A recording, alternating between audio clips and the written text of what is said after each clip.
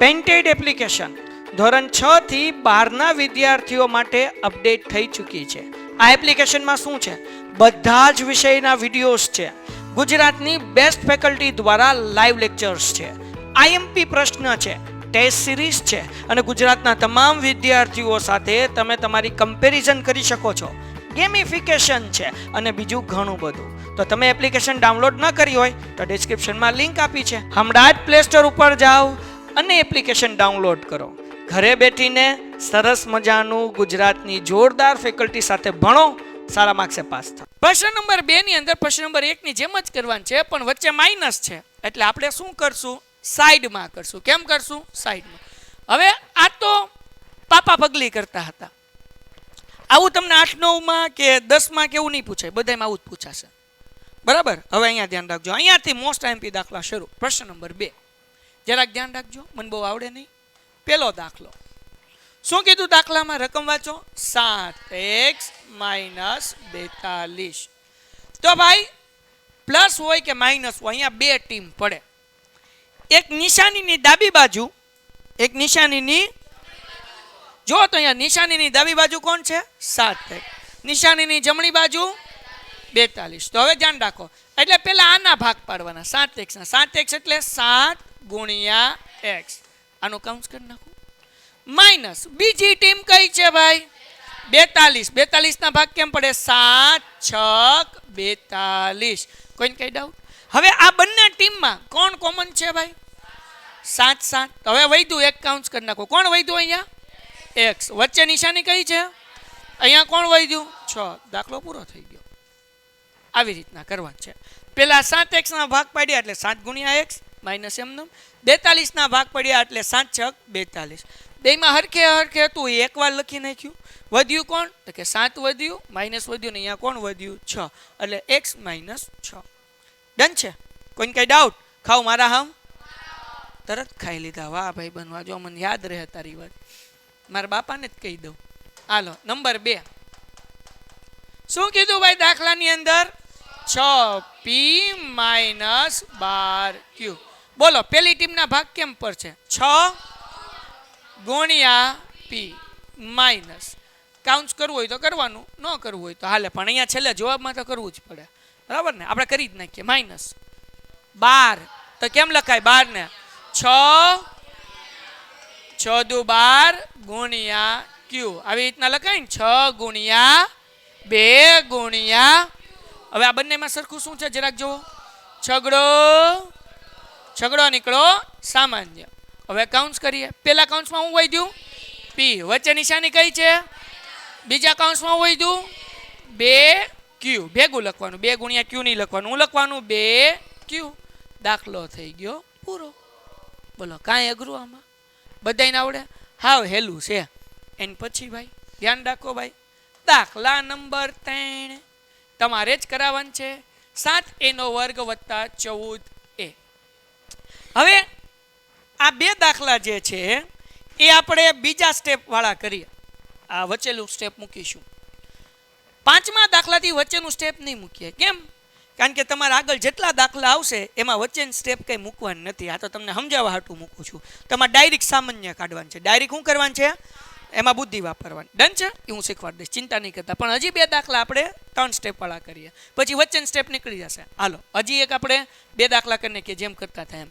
પહેલી ટીમના અવયવ પાડીએ ભાઈ. શું આવશે? 7 ગુણ્યા a ગુણ્યા a વત્તા બીજાનું ભાઈ શું છે? બીજી ટીમમાં 7 દુ 14 ગુણ્યા a. ડન છે? બેમાંથી કોમન શું નીકળે? કોમન 7 7 કોમન, એ કોમન છે કે નહીં? તો કોમન શું નીકળે? 7a. તો પહેલી ટીમમાં કોણ વધ્યું? એ વધ્યું.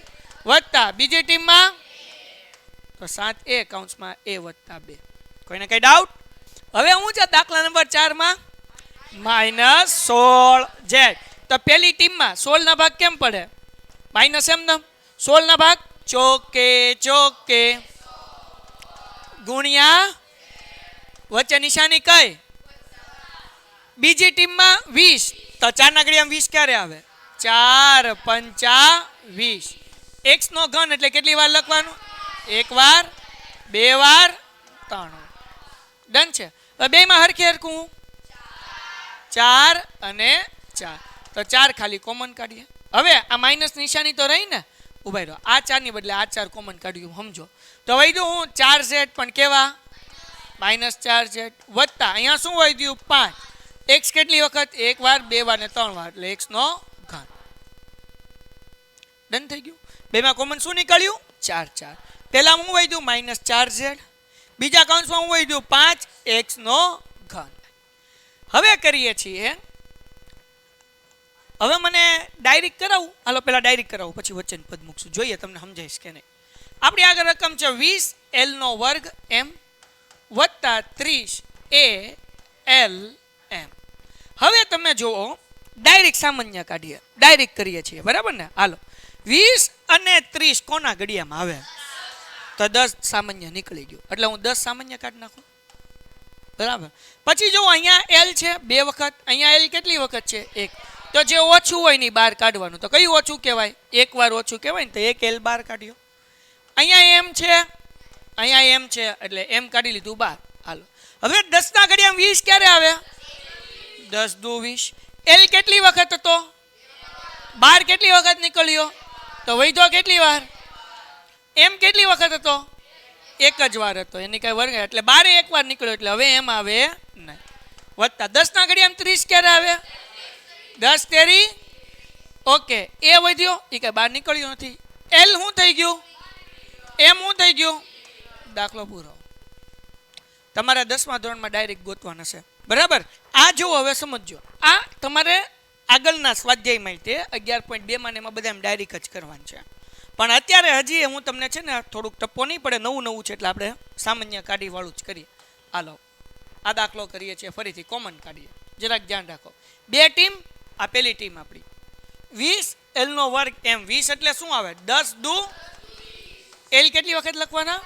એટલે l ગુણ્યા m વત્તા બીજી ટીમમાં 30 છે, 10 ના ઘડિયામાં ક્યારે આવે? 10 તેરી ગુણ્યા ડન છે. બેમાં હરખે હરખું કોણ? દસડો, બરાબર ને? એલડો, એમડો, એટલે l અને m સામાન્ય નીકળી ગયું. હવે આમાં પહેલામાં વધ્યું કોણ? 2 વધ્યું અને l વધ્યું, એટલે 2l વત્તા બીજામાં કોણ વધ્યું? 3 અને 3. આવી ગયો છો?